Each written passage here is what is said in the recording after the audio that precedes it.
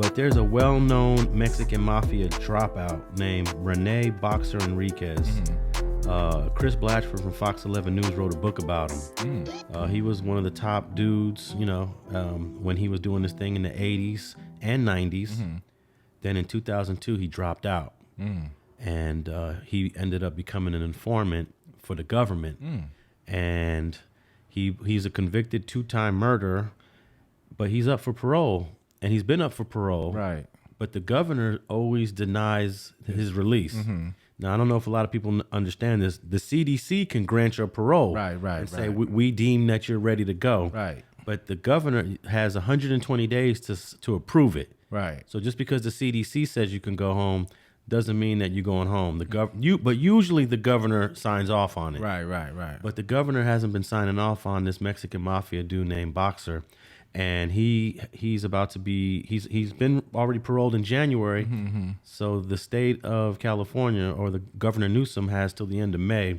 My question is, and this is just a question for everybody to ponder, should a 2-time convicted murderer who ran one of the most powerful prison gangs be released? How long did he do? He's been in there since 1990. So It's been like, let's say 30 years. He did 30 years. Yeah, he's been in there 30 years. And he killed a female named Cynthia Galvadon, and her family always sends letters to the governor, do not let this man out. But, that's what families do most. No doubt. And so he killed a female, he killed a dude on some prison politics stuff on the streets. So 30 years later, what do you say, F? 30 years later, I say that if he took a life, my whole stand on it is if you get caught, then you should do life. But I also heard you say he was an informant. So that probably was part of the reason that he's getting the love that he's getting as far as the recommendations from the CDC, his cooperation. So whether I agree with it or not, when I already know that when the state of California, when the government wants somebody locked up and somebody assist them in that, they'll let a dude out no matter what. Yeah, I mean, that's the purpose for assisting the government. No doubt. There's a trade-off here. It's a trade-off. You want me to testify? This guy Boxer, by the way, I know I've witnessed him testify in about 6 trials. Damn. I believe he's testified in 8 or 9. There might have been a few that I missed. Super duper. And get this, one time he testified in a case against my client. Damn. Yeah, and I'll let people know a little bit. I end up meeting him over the phone because I interviewed Chris Blatchford, who wrote the book about him. Oh, okay. So I did this cool little video with Chris Blatchford at a book signing, and Chris Blatchford hits me up one day and says, "Hey, Boxer just called me from prison. He said he likes the video you did." I said, "Oh, okay. Give him my number. Tell him to holler." Right. So he hit me up one day, and we just talking on the phone about Mexican Mafia history, because a lot of people know that I understand Crip and Blood history. Right. But I also study this Mexican gang history too. Yeah. So we talking about Mexican Mafia history, but then I realized he's heavily involved in assisting the prosecution in these trials. And then one day we're actually pitted against each other. Yeah. And ever since that case, I ain't never heard from him again. Right. So, but if he doesn't get released, it is a cold example of this dude did all this informing, and didn't get the reward. Got denied. It'll be his 6th denial if he gets denied this later this month. Governor Jerry Brown denied him 3 times. Newsom already denied him twice. So this is the 3rd time it's been on Governor Newsom's desk. Yes, yeah. But I'm saying, hey, at some point you got to let the guy out. Well, I mean, you don't, but you do. I mean, if he stuck up to his deal, I mean, you say he been on the witness stand. He told on a whole bunch of people. So, I mean, you already know I don't condone that. But at the same time, that's why a lot of people do it. So for you to mess up your name, for you to mess up, get yourself in a situation where people want to kill you. I mean, he didn't even get his reward. Like I say, he didn't even get the benefits of testifying if they not going to let him out. Well, one thing that he has been able to get that most prisoners that are serving, the sentences that he's serving, is that I learned this from some of the cases that he's been on. He gets to order any food he wants. He gets to have steak, shrimp, Damn. lobster. Yeah. So he has some privileges. He did some perks for his testimony. So and he may not have been released out of custody, but he does definitely have a lot of perks. And when you're sitting in there all these years, tell us how valuable it is when you get to eat what you want to eat. Man, I'm talking about it's so valuable, man. I know one time it was a holiday and they had big old bags of shrimps, but they really was for the staff, and they put them in the freezer where that's messed up. The shrimp was only for the staff. Yeah, it was for the staff. But you could see the shrimp. Man, the homie stole bags of that shrimp out the thing, man. And sold it to us, man. We ate big, and it was amazing. Like, you know what I mean? How these dudes whipped up the butter and whipped up the garlic and made this. I mean, it felt, I'm picturing that actually. Right. So I can actually get a small taste of what the perks that he have. The problem is that, he did all this to be free though. You know what I mean? Nothing beats the freedom. I mean, if you can have all kind of food and all kind of, steak and lobster, but ain't nothing beats that freedom. Well, check this out. One time he was testifying in the case, and I helped the lawyers cross-examine, these guys. So we had these questions for Boxer, and one of the questions was, ask him if he's doing this because he wants to be free one day. We want him to answer that question in front of a jury. Right. And I mean, Boxer is a smart, cold brother, and he actually said, "No, I ain't doing this to be free because I don't think I'll ever be free. I'm in here for 2 murders. I'm in here for I'm doing." And then he flipped it. I'm doing my duty. I did a lot of dirt in my life. I've killed a lot of people in my life. I feel like I owe society this debt. And I was like, oh, this dude came. Yeah. He came with the cold answer. Well, let me ask you this. How old was he when he caught these murders? Oh, let's see here. He caught the Sylvia Galvadon murder happened in like 89, 90 when he got arrested. He got arrested immediately. So right now he's about 50, almost 60. Let's look it up real quick.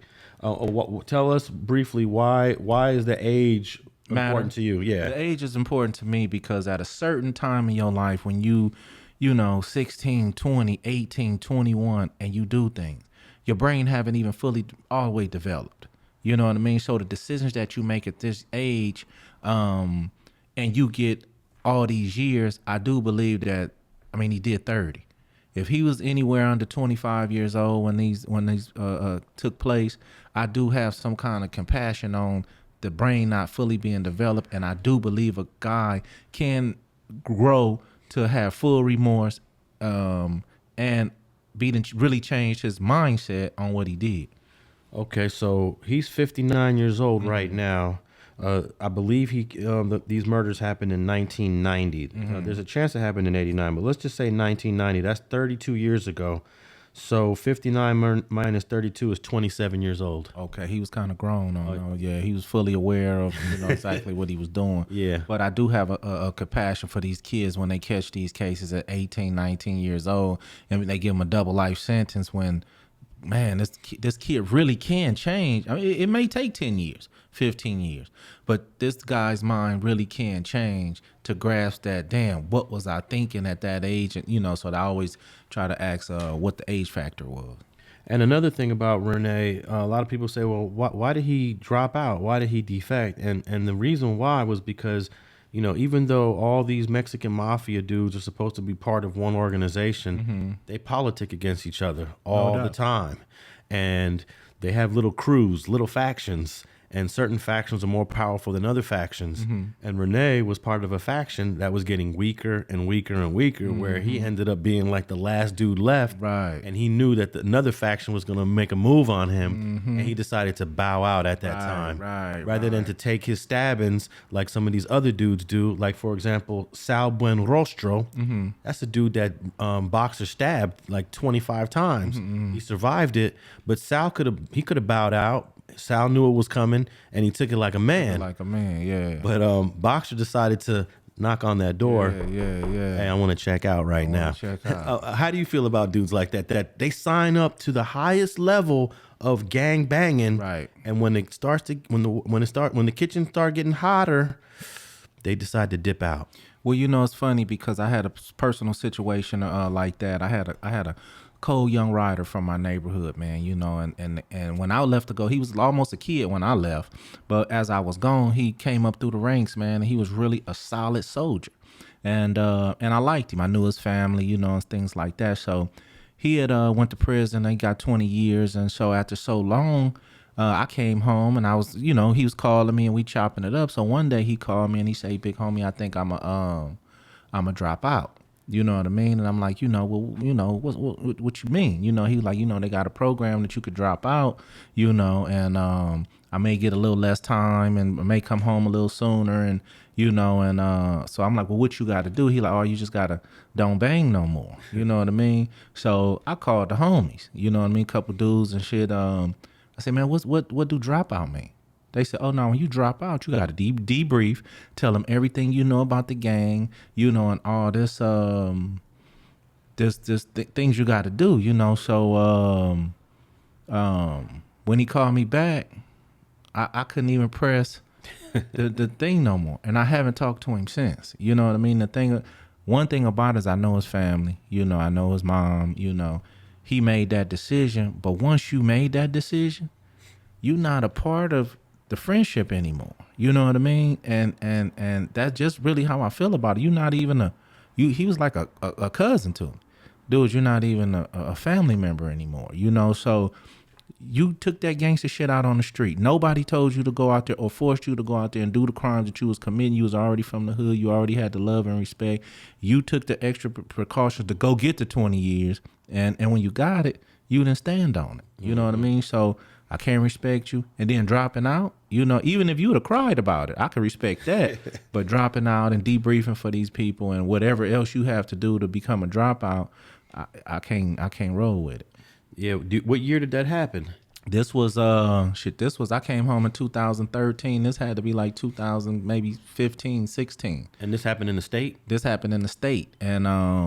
And like I say, this dude was really dear to my heart, you know, but at the same time, I haven't talked to him since. And, you know, I basically, you know, disowned him, you know, and I know that time is hard, you know, but at the same time, Alex, I'll live my life today that I don't want to do 20 years. So I don't do shit to get me 20 years, you know. Now, we all know that anything can happen. You can walk outside and get into a fight and the man die. I mean, you know, shit can happen. But at the same time, I live my life because I don't want to go do a life sentence right now. I don't want to get 20 years. So I could take my ass to work and do what I need to do. But if I get out there and go get to 20, I'm going to do it because, you know, hey, you know what I mean? That's just where I feel at, you know. Yeah, definitely. I think that dropping out is different for everyone. I'm not 100% convinced that all dropouts have to debrief. Mm-hmm. It depends on how deep in the politics of prison he was. Mm-hmm, mm-hmm. If of course, if you part of the BGF, Mexican Mafia, NF, you probably debriefing. But if you just part of your hood and you just like, hey, I need to get off this yard. Like, for example, Suge Knight. Right. Suge Knight walked on the yard in Donovan. He didn't like the way the atmosphere felt. And he told everyone, I'm leaving. I don't want to be on this yard. Right. There's nothing to debrief. You know, there's nothing for him to provide for him to say, hey, my safety is compromised on this yard. Right. Send me into another yard. So someone like Suge doesn't have to do all of that we were talking about. No, I believe you right on the spot. And the little homie didn't tell me he had to debrief. The other homies just told me, when you drop out, this is what goes on. You know, I took it for what the homies were saying. You know, why is you dropping out? If you not, what are you agreeing to even you know, behave? You a Parole, homie. You gonna have to push this line no matter if you know, say you not want people to know that's what you were or you're gonna be that. You know what I mean? All that I don't bang no more, you know, in prison. You know, you could do that on the street, but in prison, no, come on, homie, you are who you are. So, and not to mention, they didn't have it where you could walk on the yard and just say my safety is not my safety is in jeopardy. You know what I mean? When you used to come to Victorville and dude get on the yard talking about my safety in jeopardy, well we got to see something, a black eye or something. We can't just you got to something got busted lip or something. You got to, you know what I mean? But now they have it to where, you know, dudes get the comfort to say I'm not safe here, and I know why the state do it. You know, they because if something do really happens, it's on their hands. But at the same time, man, you didn't have that luxury back then, man. Walk your yard, man. You know, you a gangster, go walk that walk, man.